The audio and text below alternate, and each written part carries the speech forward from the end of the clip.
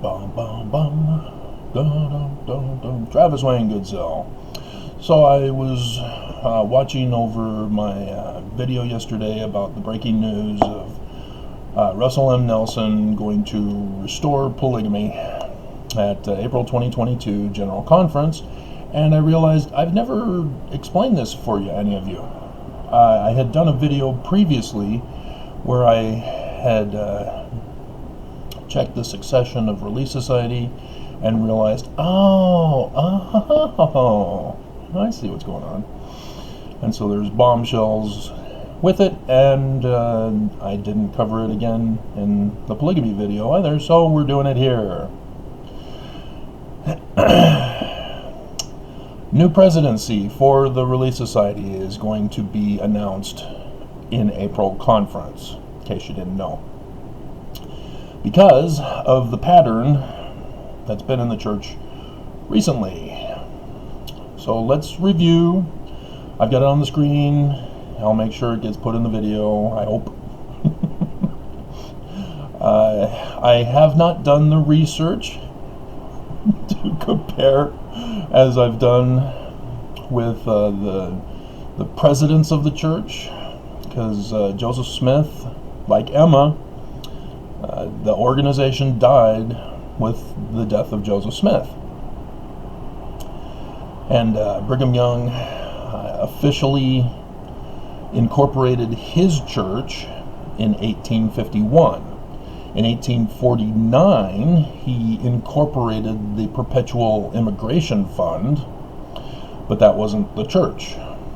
That was a fund to bring over the converts from Europe to Brigham Young's Salt Lake City, where he needed money to bring as many people as possible over, and he was forcing them to pay tithing in exchange for citizenship in the United States of America. As the United States took over the land of Mexico, the territory of Mexico, from Mexico, as Mexico seceded in 1848. The year after Brigham Young arrived and conquered the land, murdered the natives, and established the Kingdom of Deseret. And so you'll say, well, no, it was the state of Deseret. No, you can't designate your own state of the United States when you flee the country, especially when you blame that country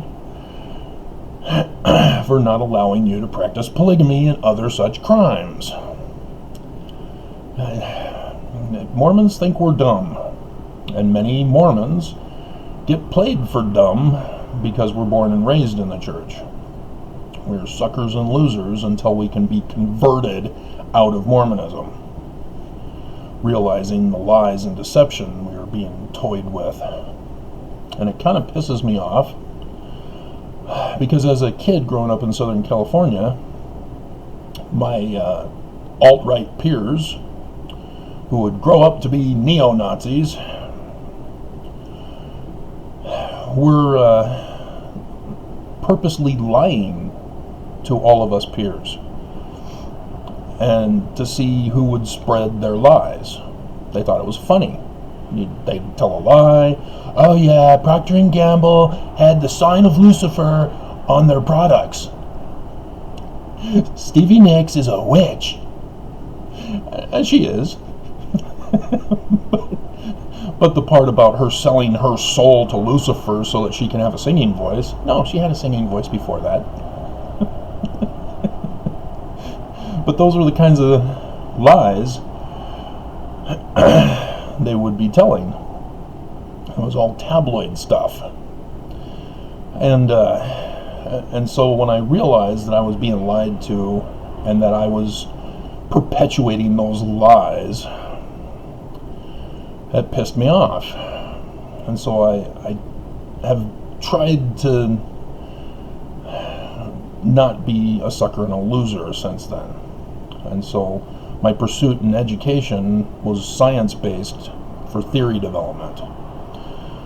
And it has come in handy when researching church history, because the church is doing exactly what my peers did to me about tabloid issues in popular culture.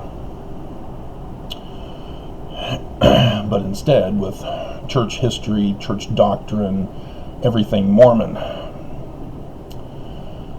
And so, Emma will need to review the 17 March 1842 meeting that organized the Relief Society. The women gathered there, according to the records in the Joseph Smith papers,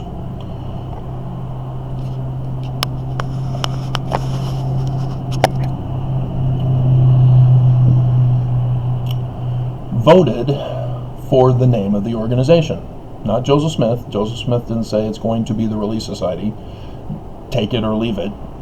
No. He let the women do the whole thing. He was just there for, moral support, and gave a talk about what they can do with their organization, which is the Bombshell. And they voted, as Joseph had set it up for the priesthood. Priesthood are supposed to vote for the president and the counselors, though there isn't an acknowledgement of counselors. It's another scripture. It's section 107 that I've gone over with you that I found in the Joseph Smith papers. There's the reason why only the 12 and the 70 are mentioned and not the other quorums that Joseph Smith had set up. And that's because Joseph Smith only set up those two quorums that year when he gave that section. He's talking to them. It was a meeting with them about their duties and responsibilities. And so it was set up that same time period. Brigham Young was not the president at the time. And so the Joseph Smith papers has all sorts of licenses or certificates, whatever they were called, for them to be in their particular office. And that's how I caught on, because there in the midst of them was section 107. Now I understand. And so the church currently claims that the 12 succeed the president upon his death because of that claim in section 107. Nope. You gotta still refer to verse 22 where Joseph Smith says the presidency of the church is different when Joseph dies. And so in verse 21, presidents are voted within the quorum. So when Brigham Young had the Danites chase out Thomas B. Marsh from the church during the leadership crisis in 1838, you have the remaining 12. Oh yeah, we want Brigham. Brigham is our president. All in favor? Aye. Unanimous. Oh, great. No objections. Yeah. Following the proper procedure that Joseph Smith set up. They abused the system. And in case you didn't know, Joseph was in Liberty Jail at the time. And so excommunicated Thomas B. Marsh without the authority to do so on the 17th of March, 1839. And so if you're wondering how that plays in with the Relief Society being organized on the same day, I refer you to Deuteronomy chapter 19 in regards to false accusers. Another of Joseph Smith's sermons that was never put in our Doctrine and Covenants, because you'd think the Relief Society one would be, right? Because there's a bombshell. Too much to talk about.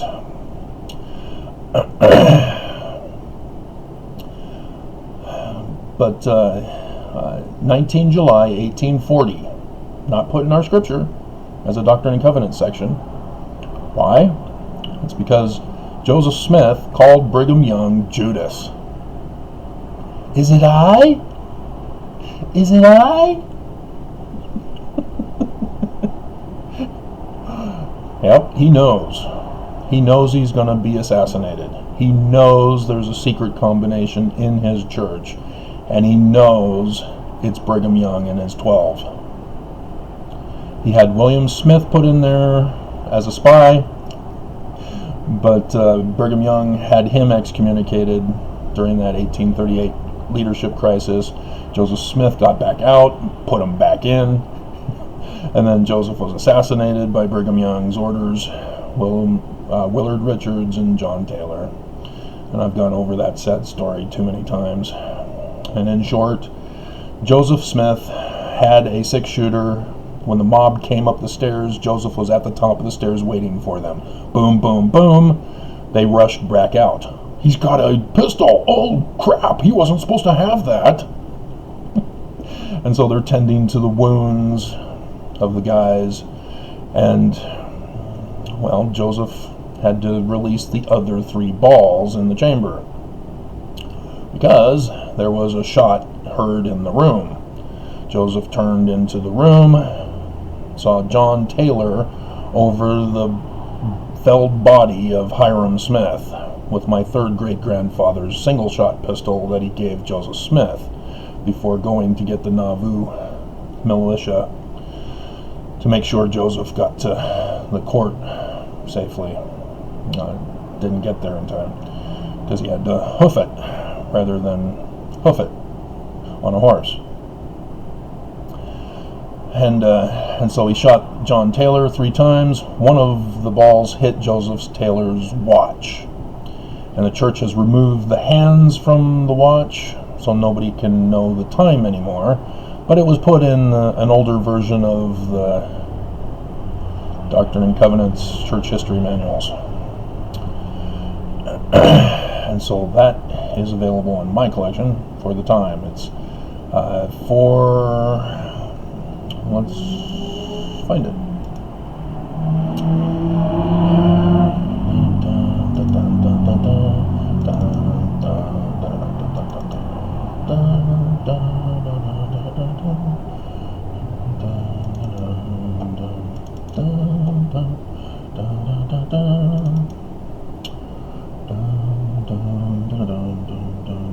$4:16 in the evening. That's when it happened. So very sad. All right, so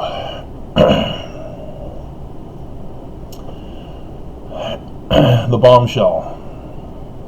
Joseph Smith gave women priesthood and priesthood office, just like the priesthood for the men. The church is lying to you. Oaks is lying to you. Let's look for that one.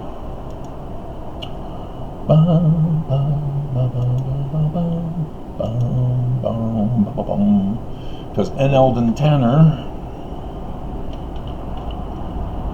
is the infamous one who said that blacks would never have the priesthood, and then was the one who announced that, oh, yeah, okay, blacks are getting the priesthood. We were forced by the United States of America to give blacks the priesthood and allow them into our temples so that they will then rescind the Edmunds-Tucker Act, which shut down our church, which we refuse to acknowledge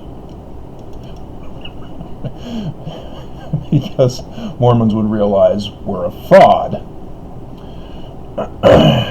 In 1967, Apostle N. Eldon Tanner, at the pulpit of General Conference, spoke of this hate and racism. The church has no intention of changing its doctrine on the throughout the history of the original Christian church, we're not Christian. We're Jewish Israelite Egyptians. And again, if you're like, what? Amen is our Christ, not Jesus. Never held the priesthood. They were pharaohs of Egypt. They were presidents of the church. What are you talking about? Oh, right, Christian church.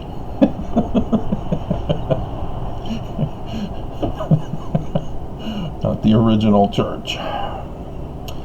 There's really nothing we can do to change this. It's a law of God. That's what Brigham Young kept saying about polygamy. It's a law of God. And as I talked to you in the other video about polygamy coming out for April 2022 General Conference, yeah, he argued against the United States' laws on anti-polygamy by saying it's God's law. We have to practice it. Just like he said where N. Eldon Tanner got his concept from. It was Brigham Young. It's God's law. They will not have it. And so, 2014, Apostle Dallin H. Oaks, looking kind of young, and quoting, and they had to put brackets because he didn't actually say it, it's in the context, you have to understand that it's women, are not free to alter the divinely decreed pattern that only men will hold offices in the priesthood. Again, I refer you to the original religion, not just Joseph's original religion, 17th of March, 1842. There were female pharaohs.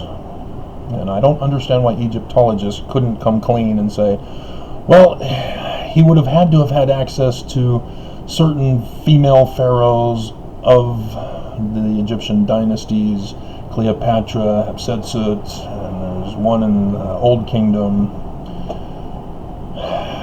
But nope, they had to come out and say, no, Joseph is wrong.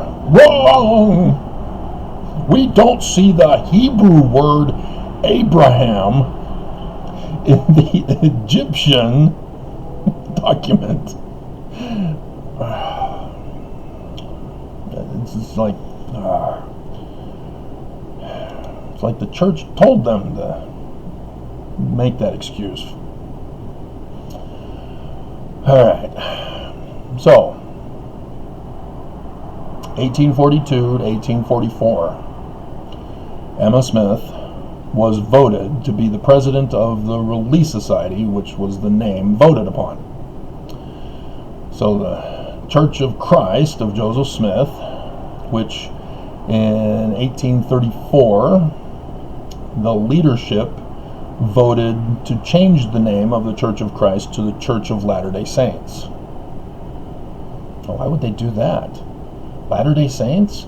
Well, if it's the Church of your Christ, you're supposed to name it after your Christ, not yourselves who get initiated to take upon yourselves the name of Christ. We're not Christian. And so, yes, the Danites had something there to justify overthrowing the church. They wanted to change it to a Christian religion with Jesus as the Christ. And so Joseph Smith prophesied the great and abominable church will take the name the Church of Jesus Christ of Latter-day Saints. As Nelson gets up and say, oh, Joseph Smith said this is to be the name. It's official. No, that's not how it's done. You have to vote for it. Joseph didn't have that. No, Mormons didn't vote for that. Leaders didn't vote for that. Joseph said it. And whether or not he actually said it, that's another issue that I have to do further research on. But nonetheless, as it stands in preliminary research, Joseph Smith prophesied of the Danites murdering him and changing the name to the Church of Jesus Christ of Latter-day Saints. As he even says, the future plural. Let's go over it. Maybe I'll put in the clip. No, this is for Relief Society. We won't do that. And so, yeah, Brigham Young went to Europe with the false name of the church, so that when Brigham called for the converts to come to him, not the other branch-offs after Joseph died, he purposely set it all up, because Sidney Rigdon took the name of Church of Christ. He went back to the Church of Christ rather than keeping it Latter-day Saints. 115. 1838. This is why it's a scandal. Because it's coincidentally before. And this is, I found, where Joseph Smith gave revelation to Brigham Young. You need to go to your family. Stop doing missionary work. Go be with your family, so that when the Danites rise up later this year, you will have plausible deniability. And I'll be in Liberty Jail at the time. So yeah, I'm suspicious about this chapter, or section. But here it is in verse 4. Well, verse 3, technically. And also unto my faithful servants who are of the high council of my church in Zion. Oh, they lowercased those. Why?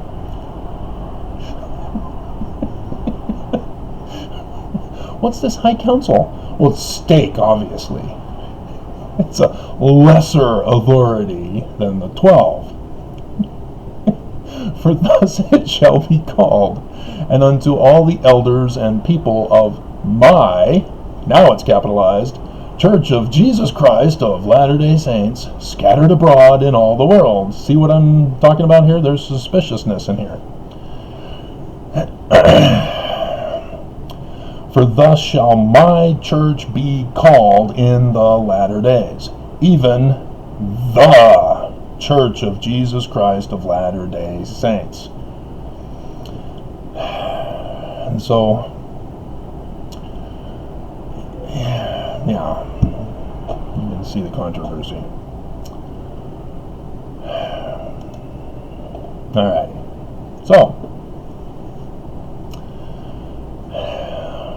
so Brigham Young had someone immediately to replace Emma Smith, right?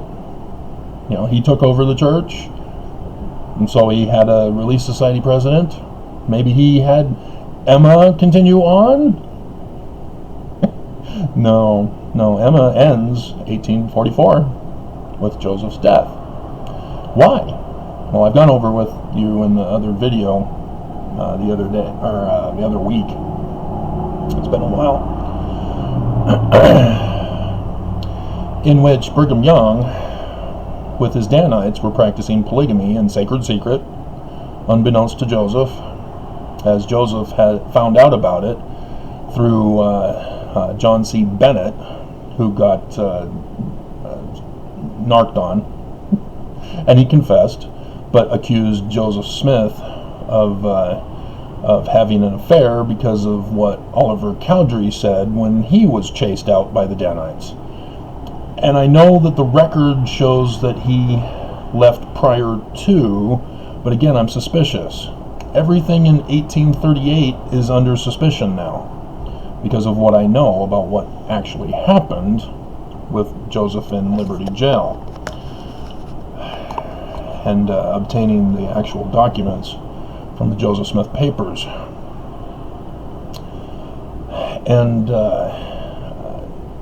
And so that's where that comes from. David Whitmer, in Address to All Believers, finally finds out about section 132 being put in. And in this video I did yesterday, yeah, it's fraud. Joseph Smith papers, it's fraud. But David Whitmer says, oh, yeah, it doesn't surprise me. Oliver Cowdery said, so hearsay is throwing Joseph Smith under the bus. And so what you have is the practice of polygamy for the sole purpose to create an increase in membership of this church that Brigham Young, as you can see here, is trying to take it over with a new name to go up against the United States of America. They are the enemy threat to America. I keep telling you this. Here it is now, and I can't even get the government to listen. And so, yes, National Treasure I brought out in the other video yesterday. Good old Diane Kruger. And Bigfoot ticket. That was so uncalled for, but so hilarious.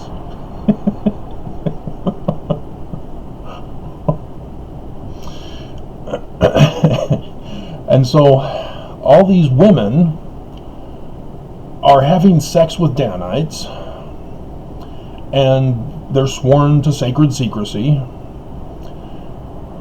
and Joseph is assassinated. And so Brigham Young and Heber C. Kimball, they also started sealing more wives to Heber in 1843. That's when they claim that Section 132 was given as their cover story. No, Joseph Smith was elsewhere. Just look at the Joseph Smith papers. The whole thing is a scam by the church. They're setting Joseph Smith up. They purposely tried to have him arrested constantly to get him out of the church so that Brigham Young could run the church. That's why he's in jail all the time. It's because of the actions of orders of Brigham Young. So Orrin Porter Rockwell, or Brigham Young, ordered him to assassinate Governor William Boggs. And the election fraud scandal of the Danites, yeah, they forced the judge and the sheriff to believe it was Joseph Smith who was doing this, when he wasn't even there. He was on document in another town that's too far away for him to have been there. And so again, they're setting Joseph Smith up, they're framing him, getting him in trouble to get rid of him, and the Governor Boggs assassination went too far, and it ruined their plans to stay in the United States, to take over the various communities with Mormon increased population, thus Mormon candidates for government, and eventually take over the United States with a Mormon president to overthrow America. So that failed. So Brigham Young had to flee the country to Mexico territory in the days of 47 and sex traffic all the scammed, conned women who have been illegally practicing polygamy, thinking Joseph Smith approved of it, and it was under Joseph Smith's direction, whether they were that gullible or not. And so Willard Richards officially made all the sealing documents to confirm, and women like my third great aunt, Desdemona Fulmer, the sister of my third great grandfather, John Solomon Fulmer, to be sealed to Joseph Smith so that they can be taken care of by Brigham Young as he's fleeing the country. Women did not have rights. They were property of their husbands. And I know that's atrocious. That's horrible. How could any... That's what was. There was slavery, and women were sex slaves. They were to be the property of their husband and to give children to their husband. And so it took a long time for women to be sort of treated equally. Mitt Romney was in the news the other day shooting down the Equal Rights Amendment, yet again, for the church. I'm surprised Senator Lee wasn't involved. Senator Lee apparently was involved in another scandal, shooting down another bill in regard to the Japanese concentration camp in Colorado, internment camp. Same thing. As the news story is unaware that Senator Mike Lee is the direct descendant of John D. Lee of the Mountain Meadows Massacre. And so the women are taken as sex slaves. Polygamy is illegal. They're being taken hostage out of the United States to a foreign country, Mexico territory. And they have been falsely led to believe that it's God's law through Joseph Smith to be sex slaves. And so Brigham, I think it's 42 is the youngest that Brigham Young had, as I went over the dates of all of them. Even Xena D.H. Young, she was sealed to Joseph Smith after she turned 42, if I remember right. But yeah, all of the information that we have from these women, including Xena, who says, "Oh, Joseph Smith came to me. No, she lied. In her journal, she lied. Why? Why would kidnapped women, sex trafficked out of the country, lie about their condition? Are you familiar with hostage-taking videos?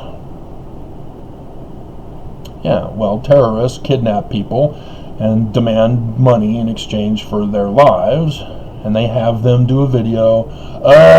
I have been led astray by America and our government, and they're evil, and these nice, kind people who've got guns to my head are the real victims of America." Yeah, that's exactly what these women were subjected to by Brigham Young. And so, despite Brigham Young coming out in 74, and vindicating Joseph Smith from accountability for creating polygamy, even though all the other supporting evidence. But nonetheless, after 1851, when Brigham Young incorporated the church and established polygamy, as it's now the territory of Utah, which means it's part of the United States and subject to the laws of the Constitution in the United States. It's a crime still for polygamy. He defies the United States of America and makes public, rather than the sacred secret that it's been, polygamy. And Adam brought Eve, one of his wives, into the Garden of Eden, into Gata Davida, by Iron Butterfly. The Simpsons episode. And now, that's also interesting. 1866 is when Eliza R. Snow finally was made the Relief Society president under Brigham Young.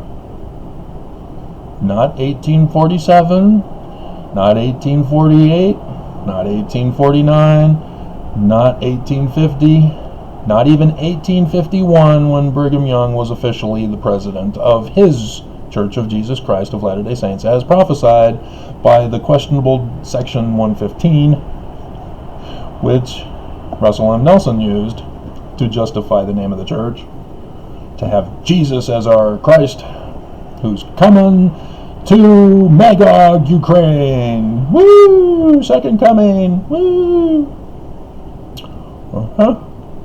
It's all on cover.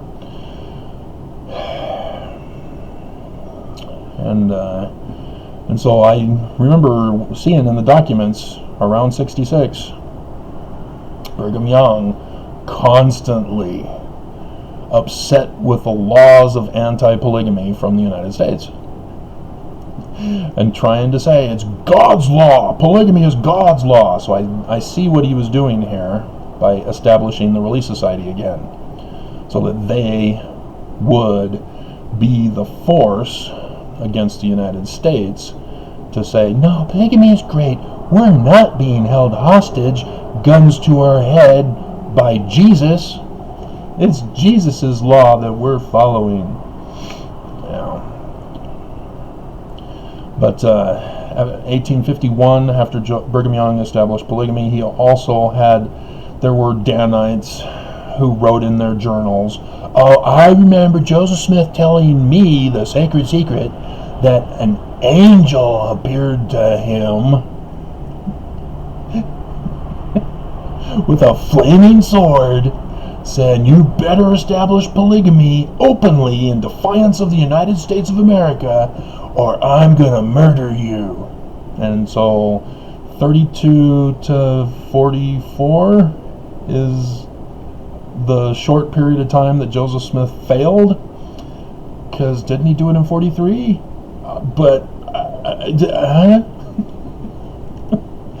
Yeah, if you're gonna create a cover story, you gotta make sure all your ducks are lined up in a row. And they didn't care to. They didn't think they'd have to. They weren't sure they weren't able to see into the future about how people would be able to view the records and expose the fraud. So, Eliza R. Snow is the puppet Relief Society president for Brigham Young in 1866. Now it shows 1887.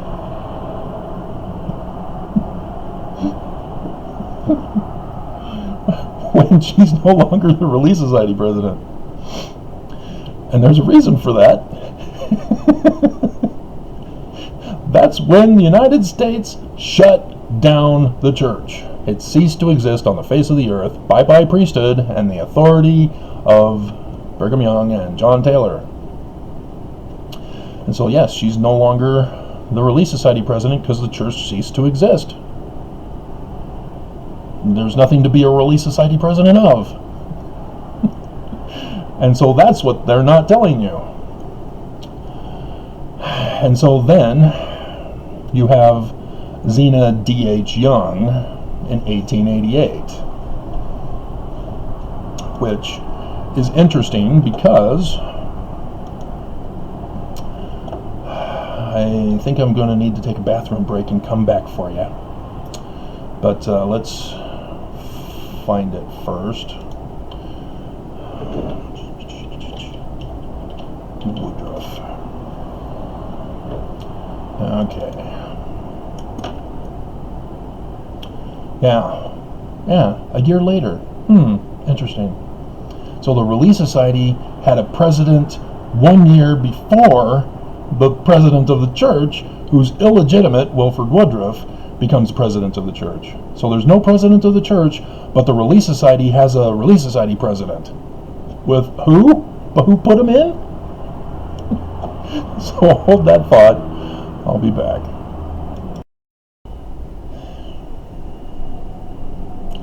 So as I'm assembling this video to be saved and then to be uploaded, I was thinking about a song for the description below, thinking about Motley Crue, Girls, Girls, Girls, and then Police, Roxanne, and it occurred to me, oh yeah, I don't think I've ever covered this part of it. The prophets of the Church of Jesus Christ of Latter-day Saints, under Brigham Young, with polygamy, which is illegal, requiring tithing in order to be Mormon, to be worthy to go to the temple where women are sealed to one man. That's prostitution. Roxanne, you don't have to put on the red light. You don't have to sell your body to the night. Roxanne. It's prostitution. Mormon women and men pay the church. They're forced to pay to be married in the temple. So this is why it's also a horrifying evil crime under Brigham Young that the United States shut down with the Edmunds-Tucker Act. And so I'm going to put this clip after the first clip I did. And so that seems to be the better fit. Before I go on with the second half, that's like an hour and a half long. And so with Nelson restoring polygamy, he's not only violating anti-bigamy laws, he's also pimping out you guys who survived the war. The girls from 12 years of age and up. Now this conference may just be the initial setup for it. Again, it depends on Putin and how well he does in giving the church their... I talk about it later in the second segment here, after this one. But, yeah, this is the grooming phase. The church is grooming all of you. And whether the men survive or slaves in the system, the church leaders will be the ones to get the little girls and the women of the church. And that will be prostitution. And so Brigham Young had to establish brothels because the polygamous wives weren't enough. Too many of them were divorcing him, and he needed some stress relief. And so, yeah, there's Commerce Avenue, that Regent Street, as it was known. Utah has destroyed it, covered it all up now. But the point of the mountain, yeah, Orrin Porter Rockwell's hotel. I refer you to the best little whorehouse in Texas or any other movie or TV show that includes brothels. They're all in hotels. If you're one who doesn't care about the church's idol worshipping of R-rated movies or adult material, I refer you to Deadwood. Was it HBO or Showtime? If it's HBO, it's not porn, it's HBO. If you see that YouTube clip. I think it's under that title. It's not porn, it's HBO. Yeah, Deadwood. The brothels are in the hotels, where the taverns are down below, and the hotel rooms up above. So, yeah, it's horrifying, guys. The church is going full criminal berserk here, as they have made a deal with Putin to overthrow America and restore the kingdom of Deseret, and overthrow the world, because the whole world's gathered there at Ukraine, Magog. And Putin already came out and said, yeah, I have no problem using nukes. I could use nukes if I wanted to. He will. Guaranteed. He'll use chemical weapons, nukes. Yeah. Don't think this is going to be a traditional war and he's going to play fair. You're just dumb if you think he's going to play fair. So, the Battle of Magog, coming soon. But as I talk about in this last segment, this is likely to be my last video. We'll see, but I've made it a doozy. So here you go.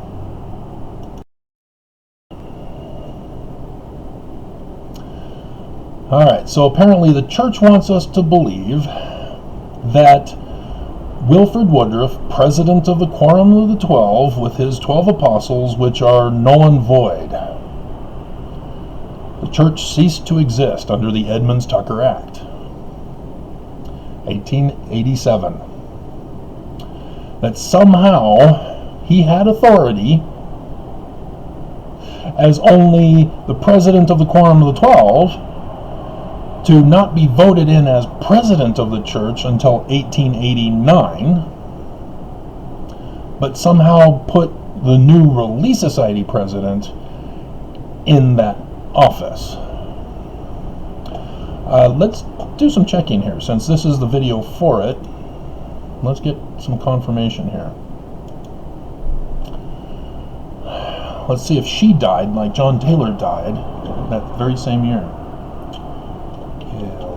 Eliza R. Snow, poet. She did die the same year. That is freaky weird. December 5th, 1887. That is freaky weird. What was happening in those prisons? Was that... Were people being assassinated? What's going on? Why isn't the church telling us this? Oh yeah, the evil United States was assassinating Mormons while they were locked up. West Valley City. God. They arrested a person, brought him in to the West Valley City detention facility. He had his hands handcuffed behind him. They have the video. The cops murdered him. The West Valley City cops, the ones sworn to serve and protect me, murdered somebody that they had just hauled in. He had not been found guilty of anything. You have to go through a trial with a jury of your peers that's supposed to be speedy trials. Innocent until proven guilty, right? Well, no. That's never been the practice in the United States, especially in Utah. They apparently settled for a cash settlement to the victims, or the family's victim, or victim's family. It's just wrong in so many ways. So we can't trust cops because they won't let us trust them. They pull stunt like this, and all of the good work they claim to be doing in the community just gets flushed down the toilet with Trump's records.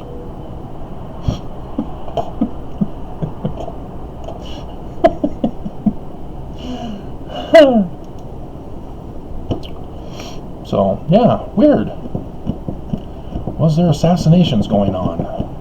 Were these people in violation of their temple covenants and had to kill themselves? You youngins don't know about that, unless your parents told you in sacred secret. But I was among the last to be a witness of that ceremony in the temple. The penalty oaths and the wicked Christian pastor working with the devil. As our church is the one with the inverted pentagram of Lucifer. Go figure.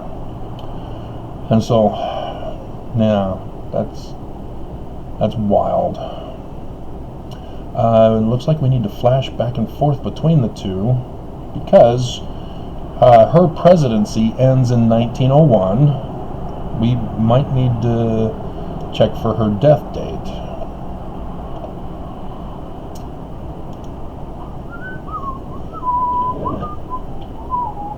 So this is, I'm learning along with you guys here in this video.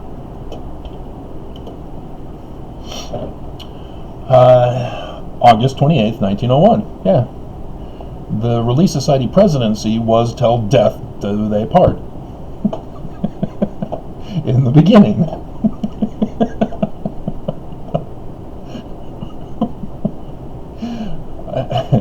We're gonna need to keep this up, I guess, to check for Bathsheba. Really? Named after a sexual assault victim? How appropriate. She was born in 1901, though, but nonetheless. Oh, that's when she was Relief Society president. Just occurred to me, 1901. What? Wait, no, wait a minute. 9 years old? What? Wait a minute.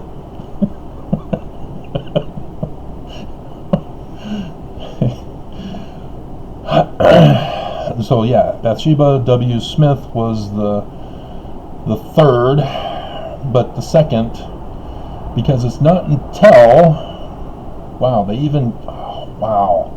Oh, Heber J. Grant, you little, oh, man.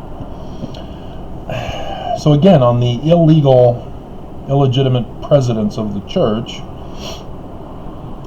you'll see that Lorenzo Snow happens to die the same year that Xena does. But, let's see, that's 18 for Joseph F. Smith.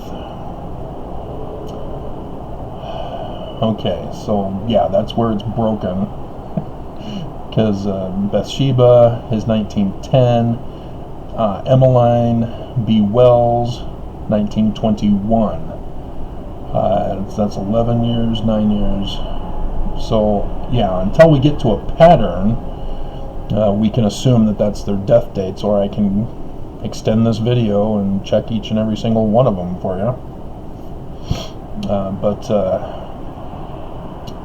Joseph F. Smith was 1901 to 1918. And then Heber J. Grant, 1918 to 1923. Because in 1923 he incorporated after the October conference. That's why this conference is the 98th annual General Conference. Not the 190 whatever it is they're advertising it as. Because the church was shut down. They can't claim that their previous conferences are theirs because Heber J. Grant founded the church. They lie to us. And they perpetuate the lies.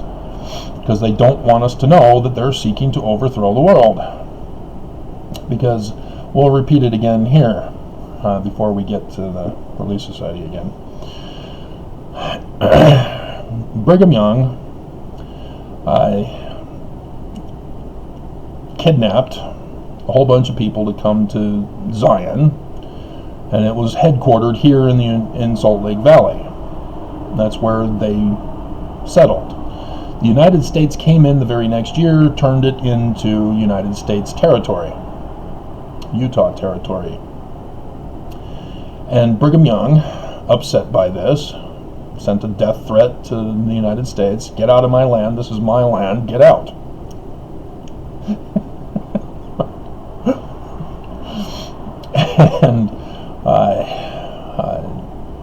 And so 1849, he does the Perpetual Immigration Fund to bring the Mormons, converts in Europe who believe that the church is named the Church of Jesus Christ of Latter-day Saints, the scandal in 115,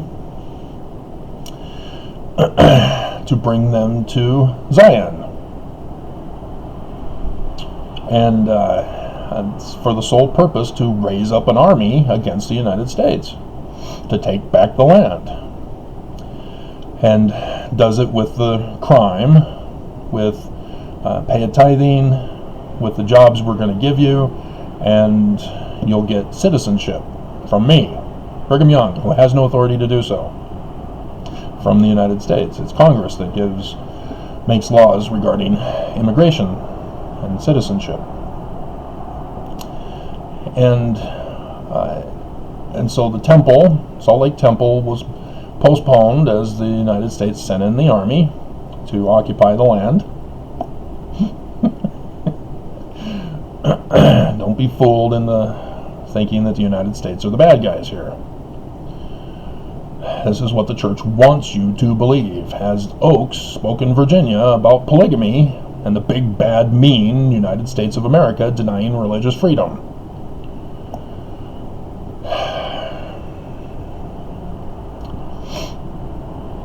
And so Brigham Young then realized, okay, we've got to figure out another way here. The army's here.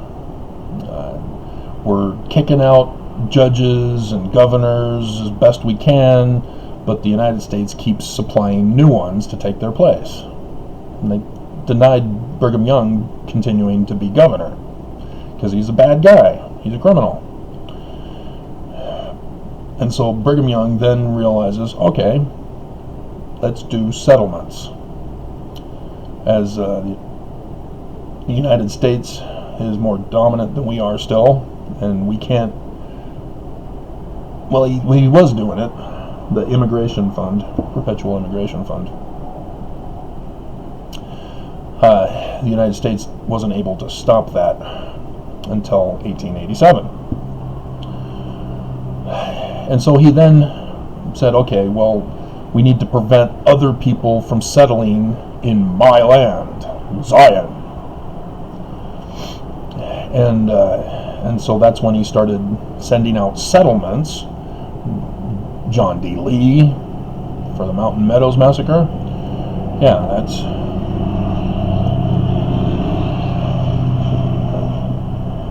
that's where that comes in. As he sent out people to settle other places from Mexico into Canada. Canada took a little while under John Taylor, but yeah, that was the process now. We're going to occupy all the land so that settlers have no land to settle in. As we're continuing to bring in the converts from Europe and involving them, we're going to fill up the land so that nobody can come in. And then, boom, church shut down. Now all of a sudden the church is saying, we've received revelation from Jesus that you need to gather where you are. No more coming to Zion. Now, it's amazing how Jesus keeps changing his mind.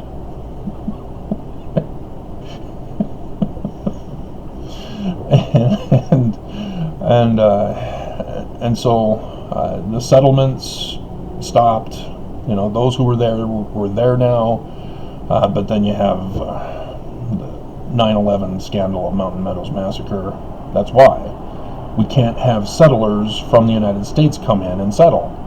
And so he was ordered by Brigham Young, murder any settlers. And then women and children murdered by him. Under the orders of Brigham Young. Religious freedom to murder. Jesus said so. It's a law of God.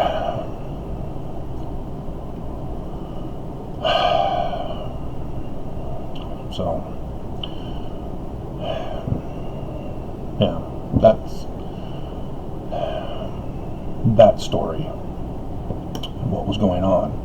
So in 1923, there was a new plot to take over the United States and the rest of the world. As Heber J. Grant got to support the Nazis. Is it any wonder?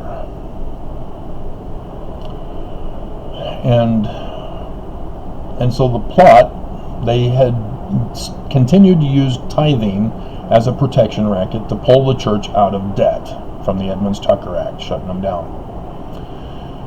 And he, in the filing, he says that the church has assets of $1 million. And so they've done well with the tithing racket that they've had, as they've gotten Mormons here to Utah and spread them out in the West so that the tithing can come in. The whole Lorenzo Snow with Windows of Heaven, if you don't know, the whole thing is a scam by BYU. They lied. They told a faith-promoting story that was a lie, like Paul H. Dunn. He was a baseball player, but he never did any of the things he said in his talks, because they were supposed to be faith-promoting, not true and real. Truth can be a lie if it's faith-promoting. Yeah, whose doctrine is that again? Your Jesus, huh? With the inverted pentagram? And so,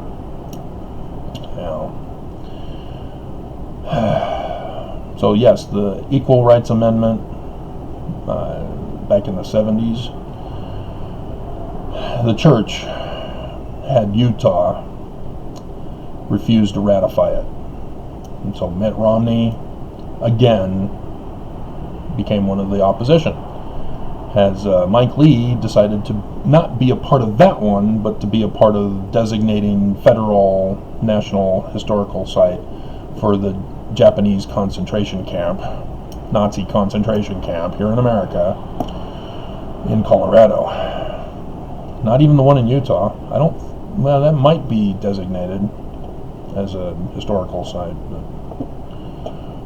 Alright, so Bathsheba, let's verify deaths, and I'm pretty sure that that's going to be the case. Bathsheba W. Smith.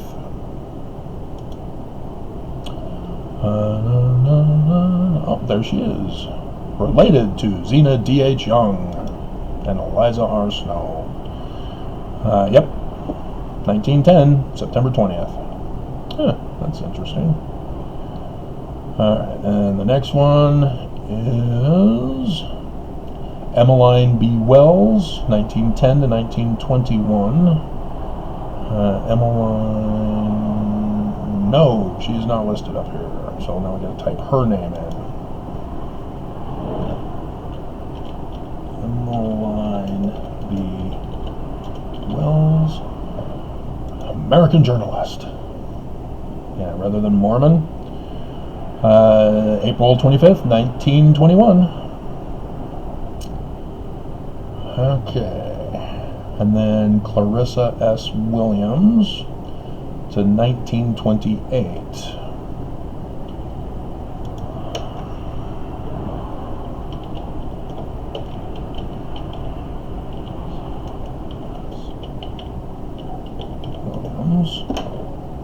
Clarissa S. Williams, 1930, March 8th. Huh. Okay, so here we have 7 years for Clarissa S. Williams, who doesn't die until 1930. Yeah, March 8th, 1930. And so we might have a pattern here of 7 years. So let's check. Louise Y. Robinson, 1928 to 1939. Nope, that's 11 years. So what happened with Clarissa? Was she too sick to lead?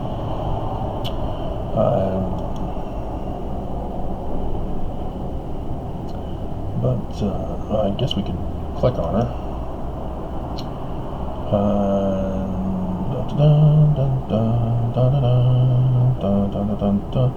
Due to failing health, Williams was asked to be released from her calling in 1928 and was succeeded by Louise Y. Robinson. And I can just click on her. Yeah, that's much better. There we go. I can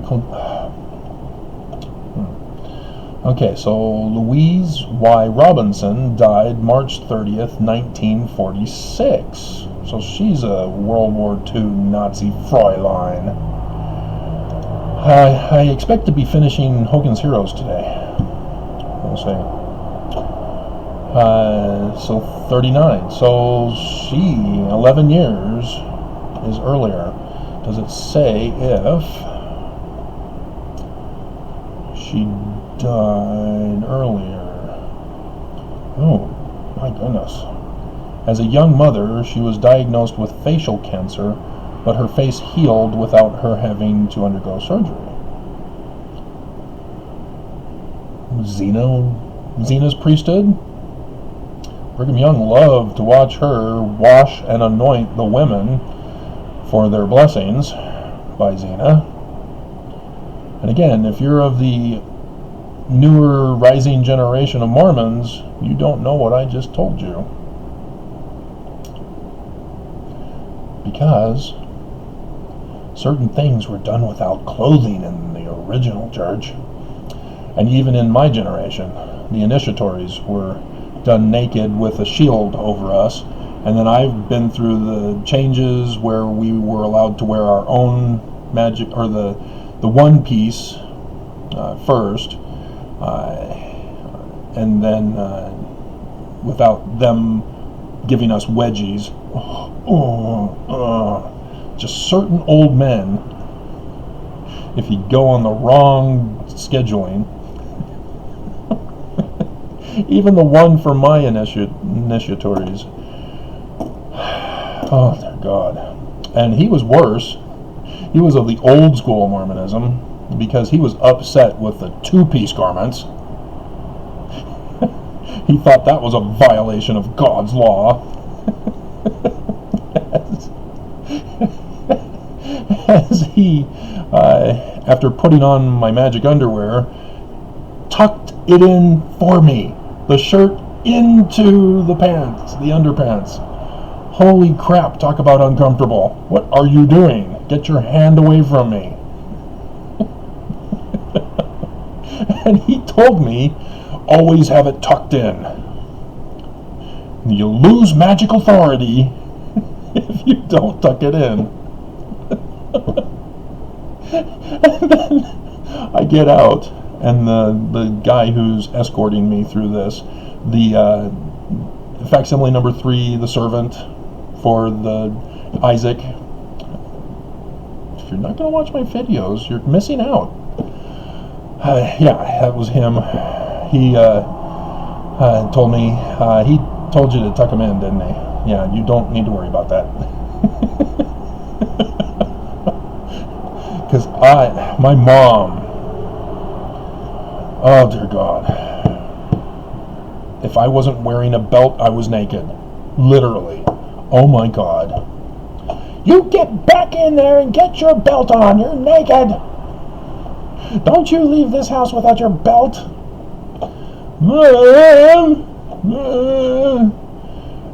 And my mom, when she would, as a kid, do my hair, it was always straight down. And so it was not until I watched the Fawns on Happy Days, you comb it back. But she would comb it straight down, brush it straight down. My hair was thicker back then, even though you can tell it's still got its thickness, but I brushed it straight down, and then hairspray. And so, yeah, she forced me to not want her to do my hair anymore. And so she bought me a Snoopy brush. Dear God. And I've been doing my hair ever since. But, yeah, dear God. Washing my hair was a different thing in bathing. But, yeah, it was... After she assaulted me with soap in my mouth for burning me, that she forced me to shower and wash my own hair. So I'm not seeing how she was released from her position as Relief Society president in 1839. In 1840, she was succeeded by her first counselor, Emmeline B Lyman. She died in San Francisco. San Francisco? What are you doing in San Francisco? What's going on? Were you excommunicated, sort of, or just cast out? What's going on?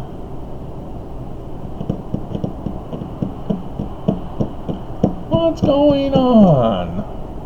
And what's the time frame? Who's the president here? Okay, so it's Heber J. Grant. Interesting. What are you doing in San Francisco? Do you know the way to San Francisco? La la la la la la la la la. Little additional thing there. So, how many years was she? Whoops, wrong one. 11. Okay, but then her successor is only 5 to finish off the Nazi defeat. Never had a breakout from Stalag 13. No, what are you doing? No. No, no, no, no, no. Okay.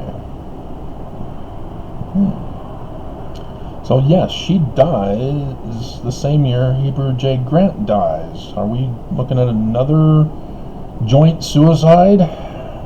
Are the women of the Relief Society required to murder themselves when the church gets in trouble?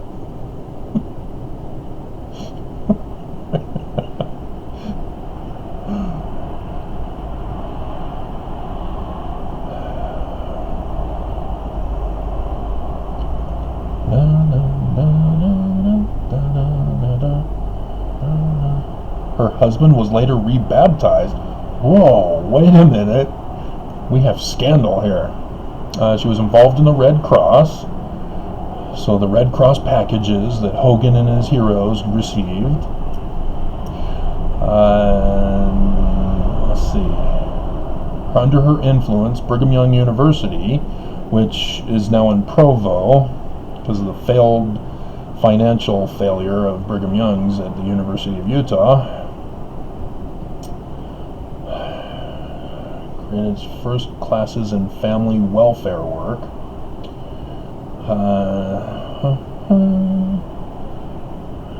She died 1959. Yeah, a whole 14 years later. But it's not saying why she was released from the church.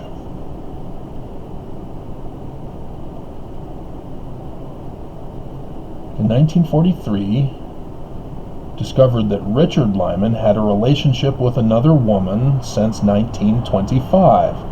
Still practicing polygamy? What? The church said they stopped it.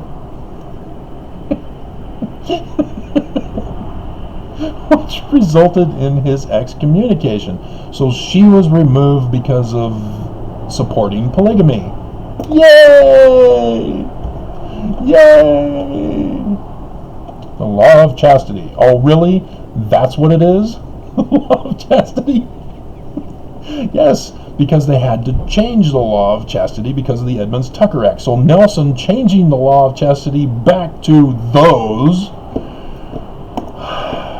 I'm always right. Always. It's amazing. Amazing. And this could be my last video, in case you didn't know. There's a pattern of my internet service contacting me on Sunday mornings. If that is the case, this is my final farewell video. Dear God. Amy B. Lyman, polygamist. See, Mormons still believe it, but she got caught. And so, because the church is paranoid, they do not want the federal government shutting them down again. They have to make an example of any and all Mormons who violate the law, despite thinking that it's an unjust law, and that they're going to restore it one day under Nelson. Wow. Wow. I knew there was going to be a scandal. I knew it. I knew it. And there it is. Alrighty, so Bella, Afrella, awesome movie. Belle S. Spafford. Okay, so she's 1945. But wait a minute, Heber J. Grant dies. When's this excommunication again? It's 43. Oh, wait a minute.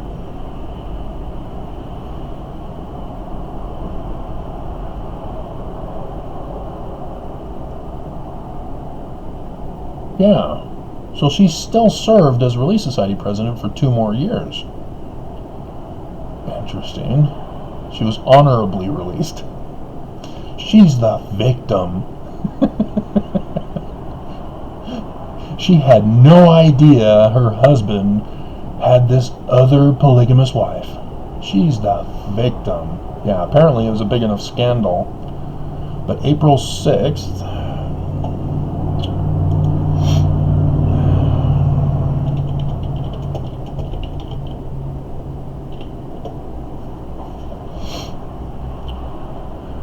he's on his deathbed.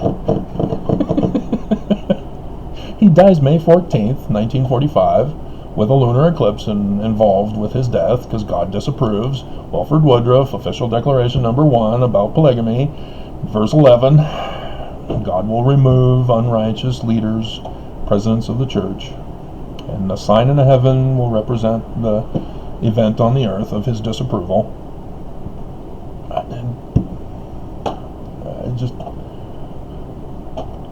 This is my last video, likely. And you guys just don't give me any respect, despite all these bombshells I'm giving you. So, interesting. Very interesting. Alrighty. So, the Spafford woman.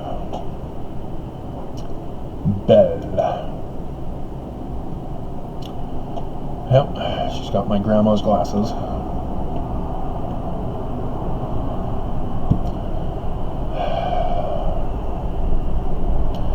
Which, yeah, the cars were also designed with those waves that day too. Everybody was going futuristic. Alright, so February 2nd, 1982.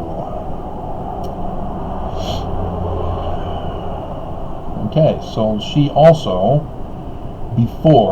she's 1974 when she's removed. And, my goodness, 29 years?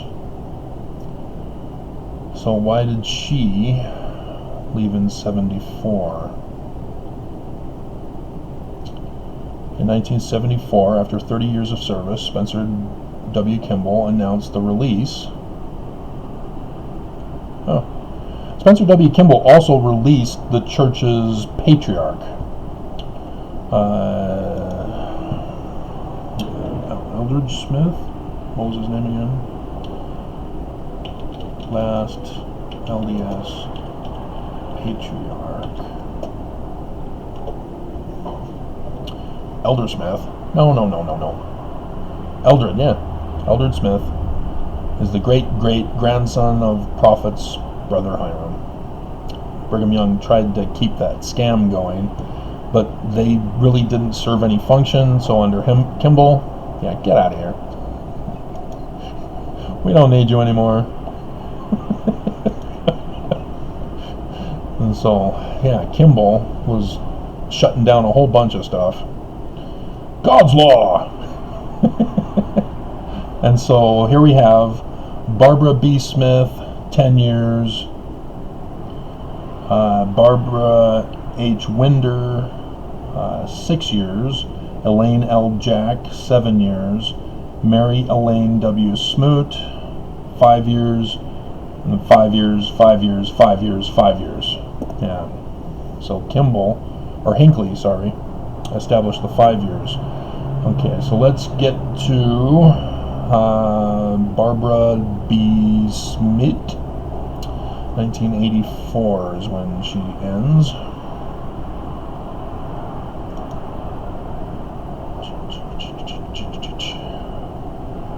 And she died fairly recently, September 13th, 2010.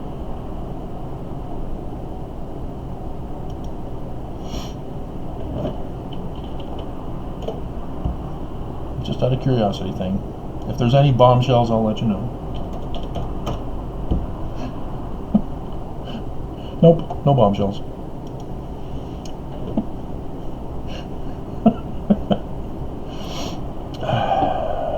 Was the 10th? No. Again, like Nelson, he's not the number he is. He's number 11. So why was she replaced in 84? She had pulmonary fibrosis for a number of years, but is that why she was removed? That was kind of a long time away. I was only 14. I had just become a teacher. Maybe. Something like that.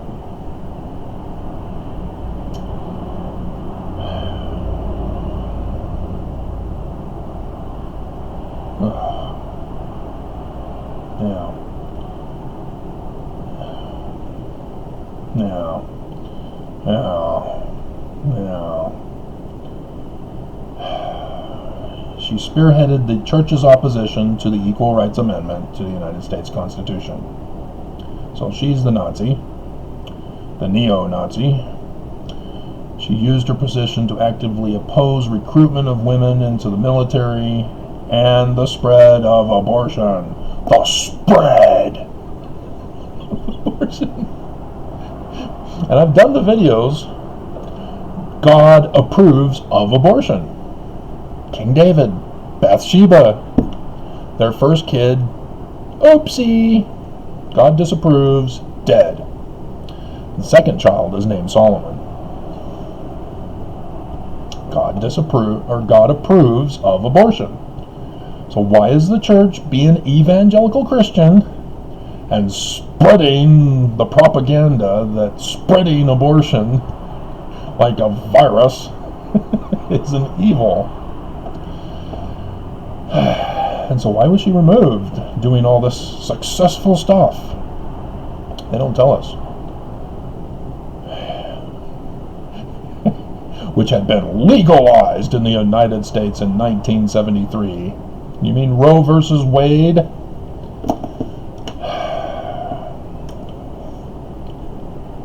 And it's under Roe versus Wade.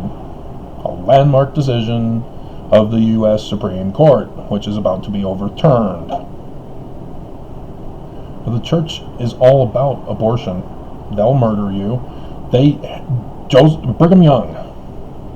I saw this, I did the video of it. The law of God to murder mixed race families. Murder. Not just the couples murdered, the families, the babies of those parents, along with their parents, murdered. Law of God.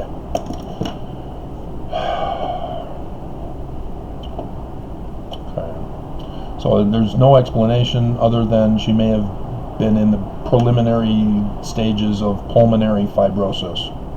I don't know anything about that. Pulmonary is heart, or lungs, sorry. The lungs become scarred over time. Symptoms include shortness of breath. She may have been having trouble speaking. A dry cough, feeling tired, weight loss, and nail clubbing. Wow. Yeah, the nail portion of the finger puffs out according to the picture here. Complications may include pulmonary hypertension, respiratory failure, pneumothorax, and lung cancer. Wow, that is painful. In case you didn't watch Bill Maher last night, he talks about karma. This would be one of his examples of what is not karma.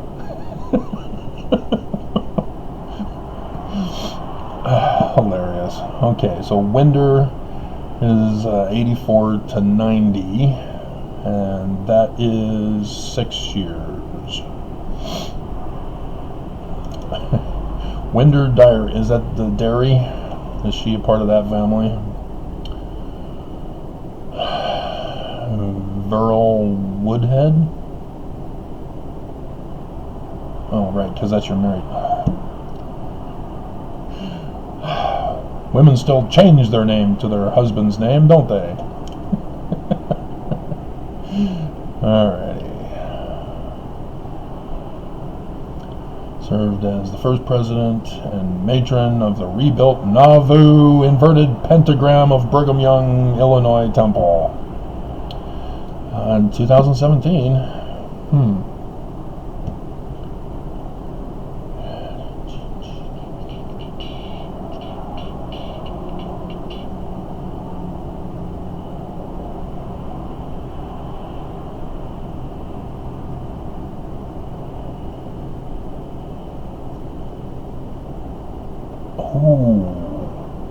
Oh, Barbara was removed for scandal. Listen to this. Winder succeeded Barbara B. Smith, who had been Relief Society General President since 1974. Winder became president after a time of great division over the Equal Rights Amendment. That's why Barbara B. Smith was removed. And why they didn't tell us. It's because she was used as a puppet by the church to destroy the Equal Rights Amendment, and she succeeded, and the Mormons were upset. Enough so that she had to be removed and succeeded by Barbara B. Winder. As such, she stressed unity in her message. Get over it! It's the new normal.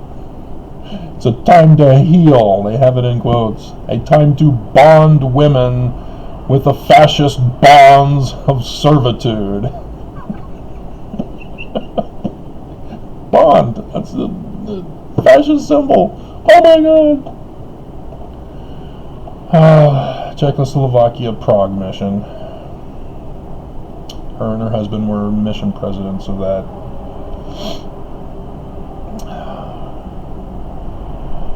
Jordan River Temple? Okay, it was before my time. It was from 1993 to 1996. Then back to the Czech Republic to serve as patriarch.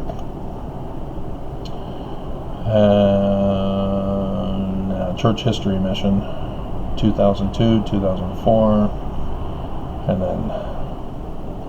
then finally the Nauvoo, Illinois. Shout at the devil! Shout! Shout! There are two versions, in case you didn't know. My audience may not know these things. Okay, Elaine L. Jack. So it doesn't say why she ended, did it? Yeah, it just explains why she was put in, but not why she was removed.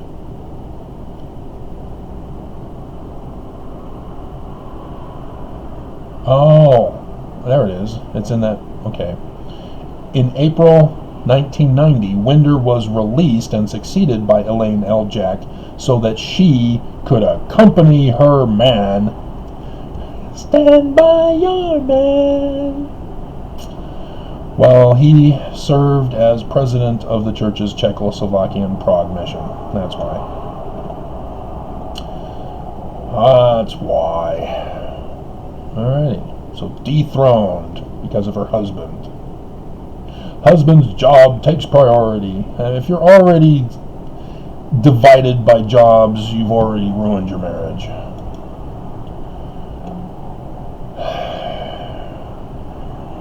Alright. Elaine L. Jack is the 7 years. And right before, Mary Elaine W. Smoot with Gordon B. Hinckley, who is the one who changed it to a 5-year term, because he came in 1995 and did the religious freedom of families proclamation. So let's see what happened with her.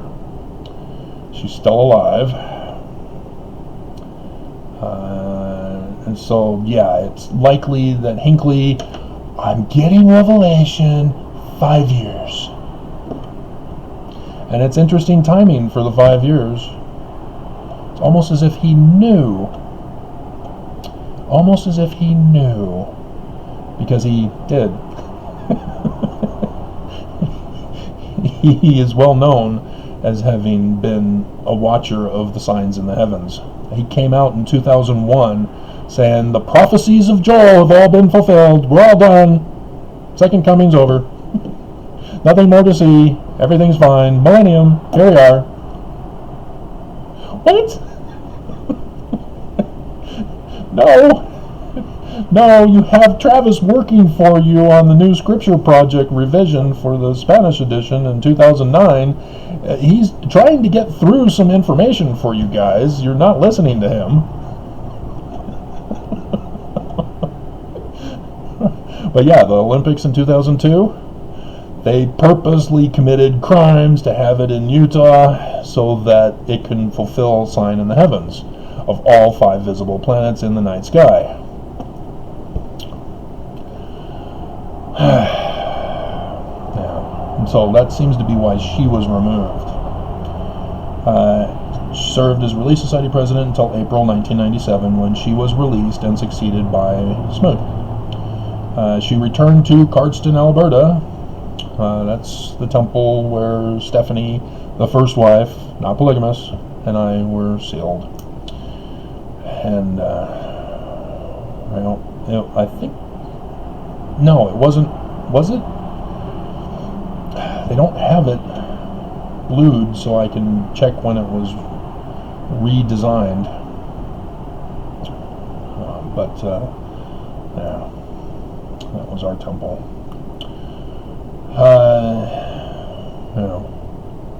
And so she was the matron of that temple. See, now we need to find out, because that could be why and what's going on here.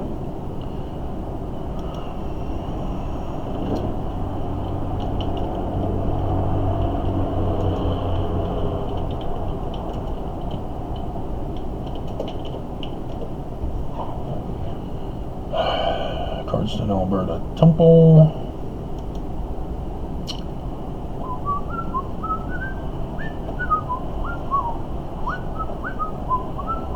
No, I don't want current updates. They're in phase 3, all living ordinances and limited proxy ordinances. Shut the church down. They're having you go to the conference. Limited in-person viewing. No, don't go. We know this is what's going on. It's a wave, and it's always been a wave, and it's going to continue to be a wave. There will be an uptick. And you guys aren't listening. You're not following the patterns. You're not listening to the medical doctors. Dear God, stop.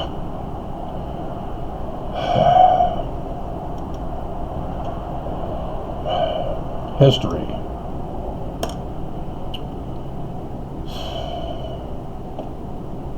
It's the first temple built outside the United States. They're Mormons. It was in Deseret. Under John Taylor, he sent them up there. Cardston, Alberta,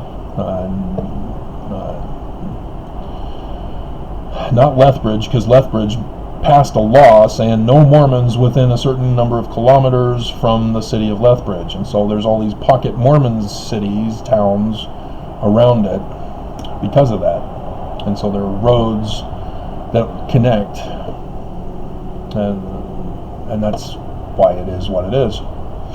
Different from what you see here in Utah and other places in the United States. They didn't want them Mormons around. Let's see. Dedicated 1923 in August. Huh.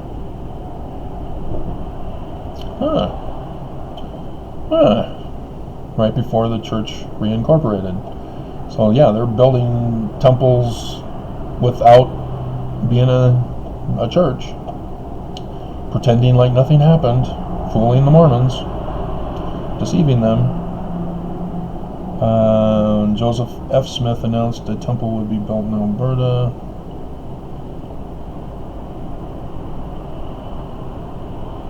This is not what I'm looking for, guys. I don't... the history is supposed to be the whole history.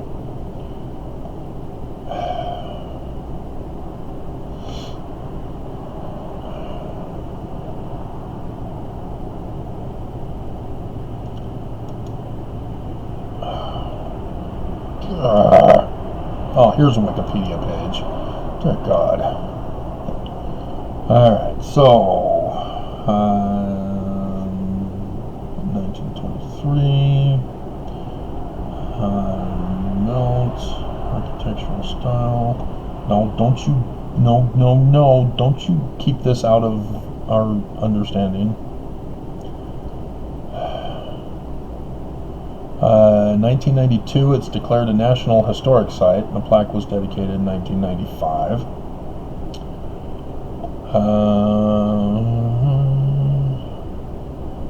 Temple was renovated in the 1990s, and Gordon B. Hinckley rededicated it on June 22nd, 1991. Yeah. We were in the renovated Cardston, Alberta Temple. So... yeah. So 1997 is interesting because that's 6 years later. But she was put in 1990. So, alrighty.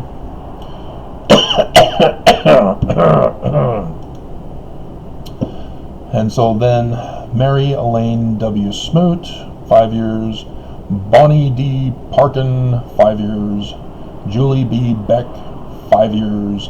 Linda K. Burton, 5 years. And Jean B. Bingham. We'll finish with this, as this is going on 2 hours, isn't it?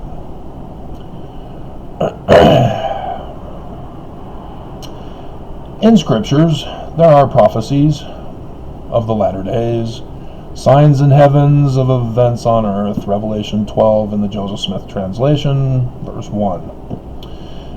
And this was part of that, which is why I'm aware of Hinckley and his astrology. I found a document where Brigham Young called Revelator an astrologer. That, yeah, as a Revelator, you're an astrologer. And if you don't know the difference between an astrologer and an astronomer, you don't understand how hilarious and how troubling it is for Brigham Young to be caught saying such things. But nonetheless, it makes more sense now, as Hinckley had restored the perpetual immigration fund by resurrecting it as the perpetual education fund. And so he knows all about the future of Scripture, even though he gets it wrong to us Mormons over the pulpit, as he lied about Thomas B. Marsh to us over the pulpit as to why Thomas B. Marsh was excommunicated on 17th of March. And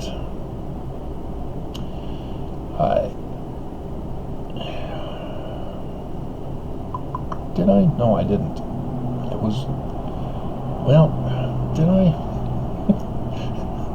When was it might have been 2018, my letter to the Presidency of the 70. I might still have that in the files. Okay, we don't need this anymore.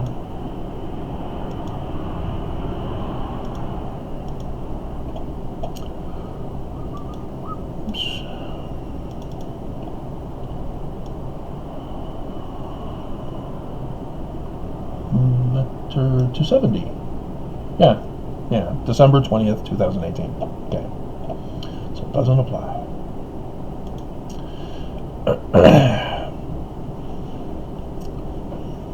I filled them in on this information, by the way, that I'm about to give you.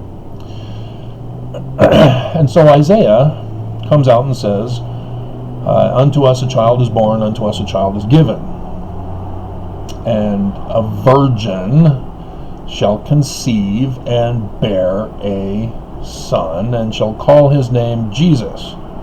The reverse of Isaiah, right? No, Emmanuel, Son God. That's the name of our Christ. Amen. That Joseph Smith is trying to teach Mormons about, who is coming through the great and abominable church to lead Mormons out of captivity and bondage, whom the Mormons would rather murder like their ancestors murdered Joseph Smith and Hiram. But nonetheless, the date is 23rd September 2017, because John in Revelation chapter 12, confirmed by the Joseph Smith translation with the passage in the likeness of things on the earth, moves verse 5 to verse 3 properly, because the sign in the heavens has that at that birth sign. So Revelation 12, 1, 2, and 5, which Joseph Smith translation moves to verse 3, is 23rd September 2017. That's why they moved it. See, they know all about this 200 years in advance.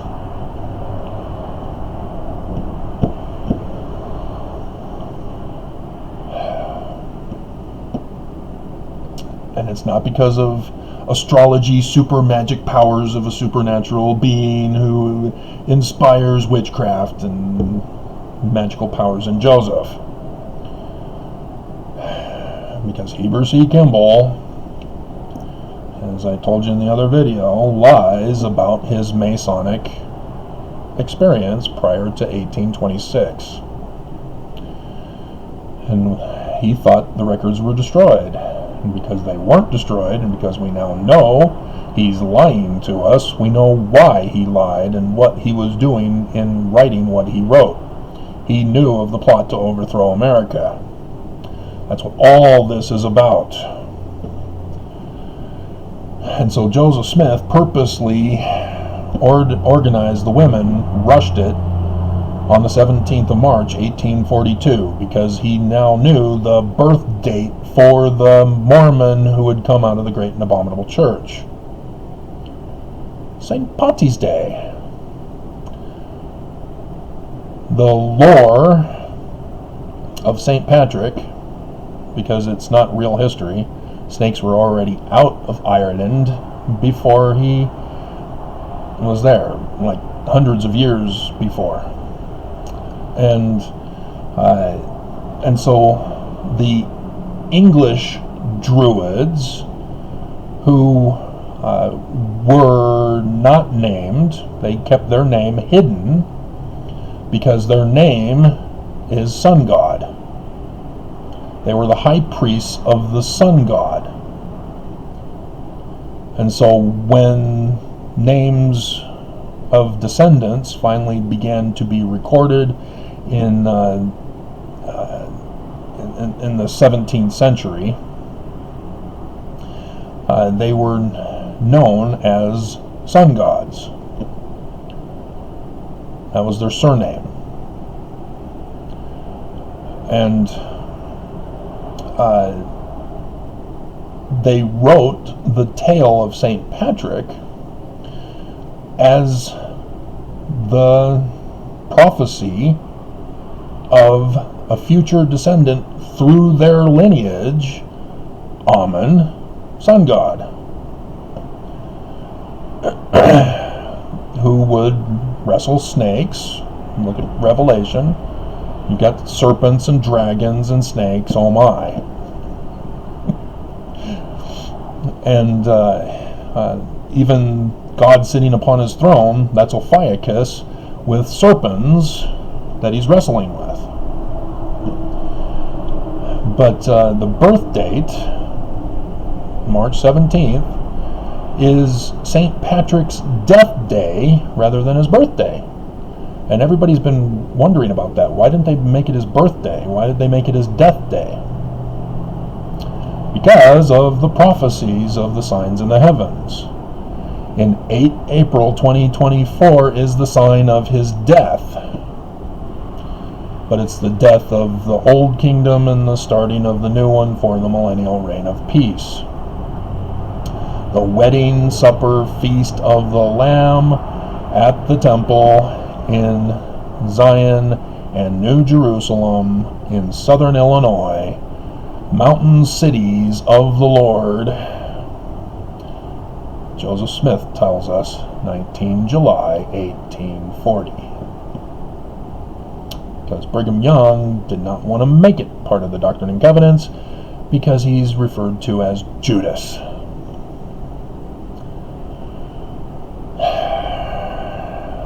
And so that was the first Relief Society conference that Monson established as part of General Conference on the start of the latter days, as given in John's Revelation.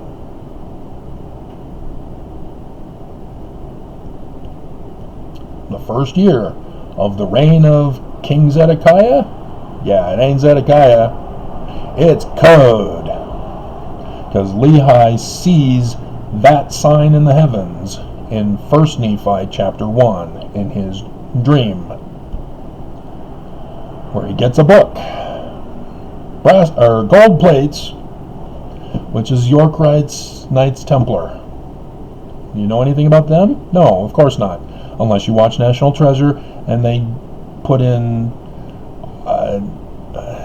director's privilege, Hollywood privilege, whatever it's called. They screw up some of the history. The Knights Templar had Egyptian gold plates for which the Pope got together with the king to cause Friday the 13th. And they came to America with the Egyptian gold plates to southern Illinois after having purchased the land, and it's talked about in section 103 regarding the man like Moses, the future Amen Christ of Mormons. The Kensington Stone by the Mandan Indian tribe, where Lewis and Clark met Chief Great White. It wasn't just a shark, it was actually white Indians. And a certain William Morgan learned about this in connection with the Scottish rites and had 116 pages written, getting help from Smith Sr. in Canandaigua, New York. And so, yes, it has to be gold plates in Egyptian. But the church wants it to be golden, because they don't want you to know. And so what's so important about southern Illinois? Well, there used to be a native tribe that lived there. They were the sun people of the sun god at the sun city, performing human sacrifices to the sun god. So, sign in heaven, thing on earth. Remember Abraham sacrificing Isaac. Angel appears, ram appears. Which constellation is the ram lamb? Aries. That story of Abraham and Isaac is all a sign in the heavens. 8 April 4 CE in Russia. And so I have the Kiev picture from my stellarium, but yeah, it was a crescent, partial, like it was here in Utah. 21st of August 2017, the first day of darkness in the first year of the reign of King Zedekiah on the throne of Judah, put on by Babylon, a puppet king. Do I need to explain it to you? How did they know if it wasn't for William Morgan knowing of the 200-year plot to destroy America?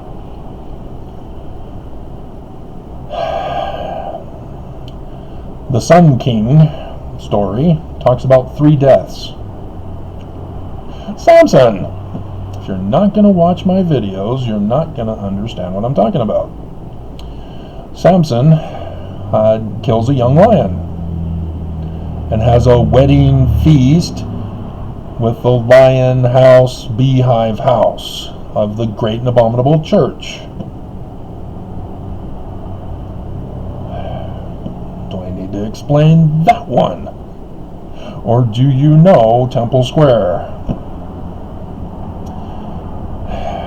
And so the second one is 14 October 2023, next year. And then the fourth one, or the third one, the third day of darkness. In the gospel stories, they say 3 hours. No, 3 days, guys. No, it can't be 3 days. That screws up our story.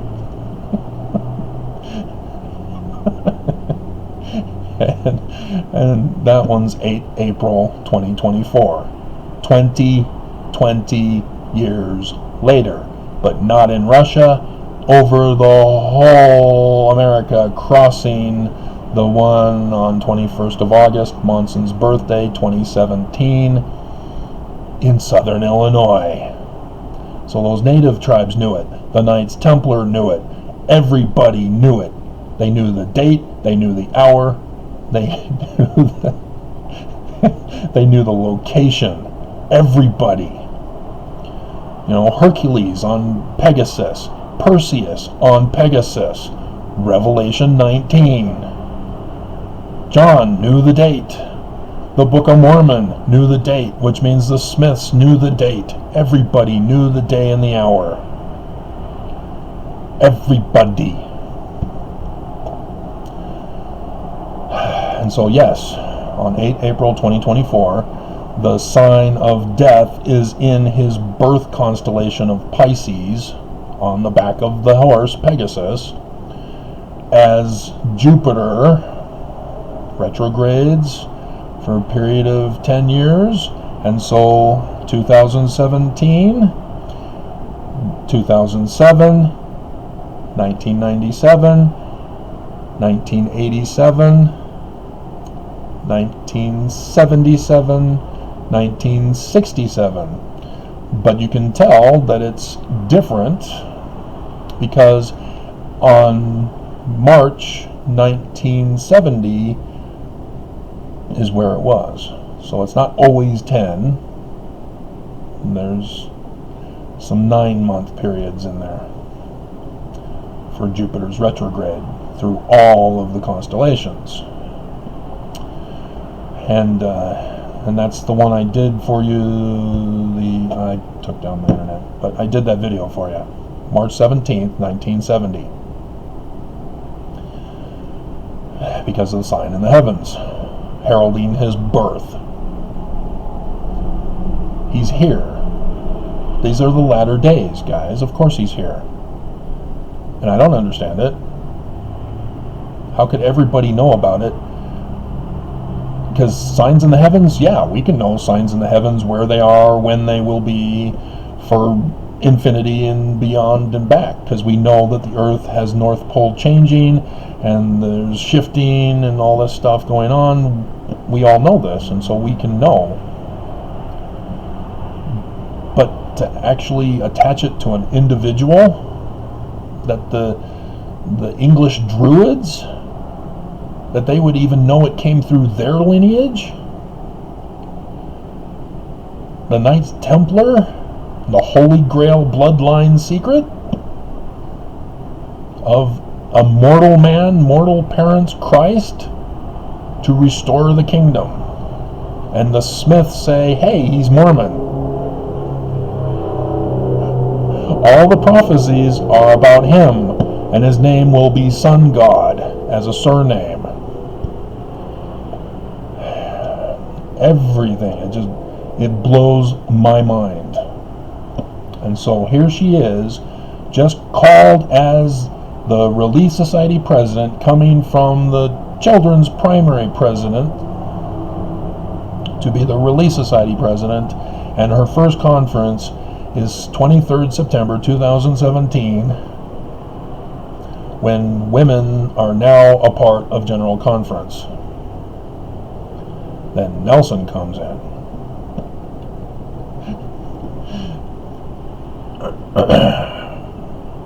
And he knows. And a temple in a major city yet to be determined in Russia. They've already made the arrangement with Russia to cause Ezekiel 38, the Battle of Magog, as Christians understand it. Joseph Smith said, no, this is the false Christ of the Great and Abominable Church in the land of the Great and Abominable Church. That's Gog and Magog, according to Joseph Smith. But Christians of Jesus say, nope, Ukraine, Russia. Even the Alexander the Great story about Magog is lore, legend, apocalyptic literature of the latter days.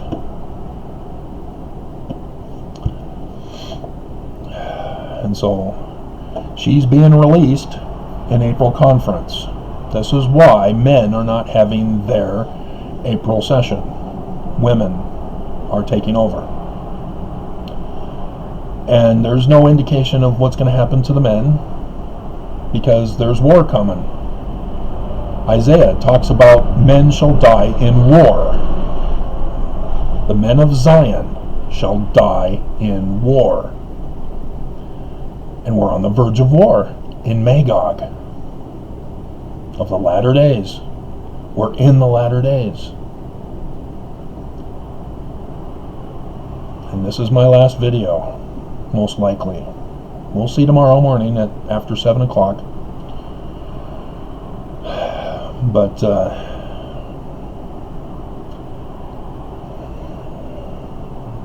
great googly moogly. It's from Ghostbusters.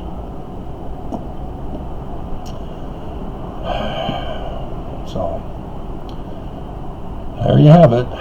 The real history of the Relief Society of the Church of Jesus Christ of Latter-day Saints. Desperately searching my brain, trying to see if there's anything more I need to give you. But yeah, the religious freedom movement, it's all about the church during the war, as they're planning for April conference to have Putin fulfill his promise to have the United States in chaos so that the church can establish polygamy.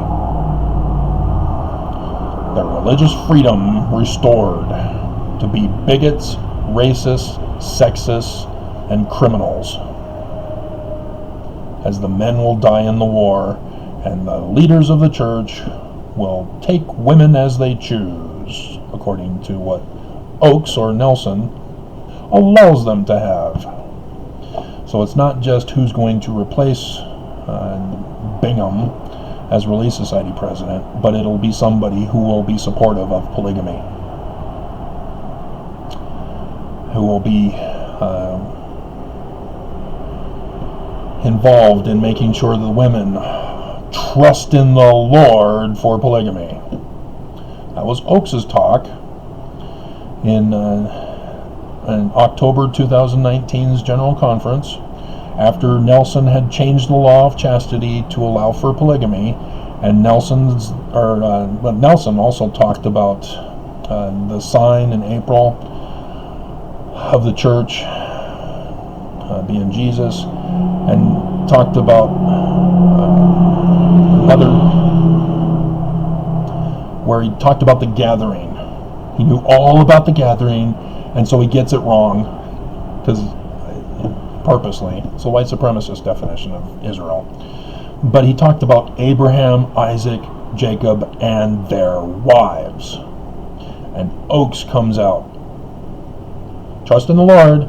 I got a letter from this woman who's marrying a guy whose wife had died, and she wants to know if she's going to have her own mansion in the celestial kingdom. Trust in the Lord. And so guess what their theme is for the youth? Trust in the Lord. And so Brad Wilcox, kids, he's being a sexist, he's being a bigot and a hater, racist to kids. You guys are getting groomed for polygamy, because the church has religious freedom, and they know that Putin will fulfill his promise to them. They gave him money, he gave them money, and quid pro quo, they're financing the war as Putin promises to destroy America for them so that they can have the Kingdom of Deseret II back again.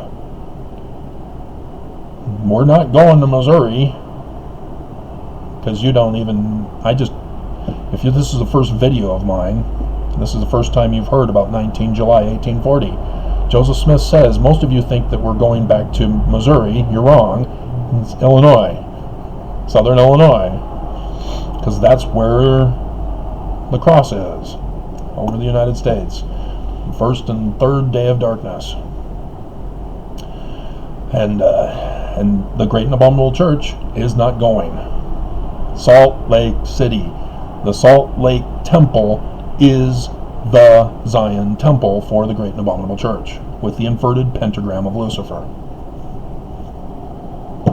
And all of these things, the Arizona law, BYU being full Mormon so that they can have religious freedom to have Brad Wilcox and others be racist bigots and haters of all discriminatory categories because they're a religion.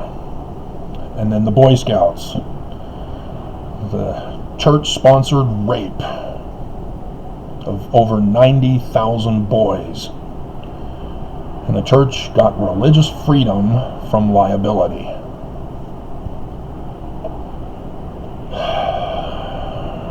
So this is what's happening. I've been warning you. I've been trying line upon line all these years. Nobody catches on. And here it is, the nightmare scenario. And this is it, my last video. Most likely. We'll see. But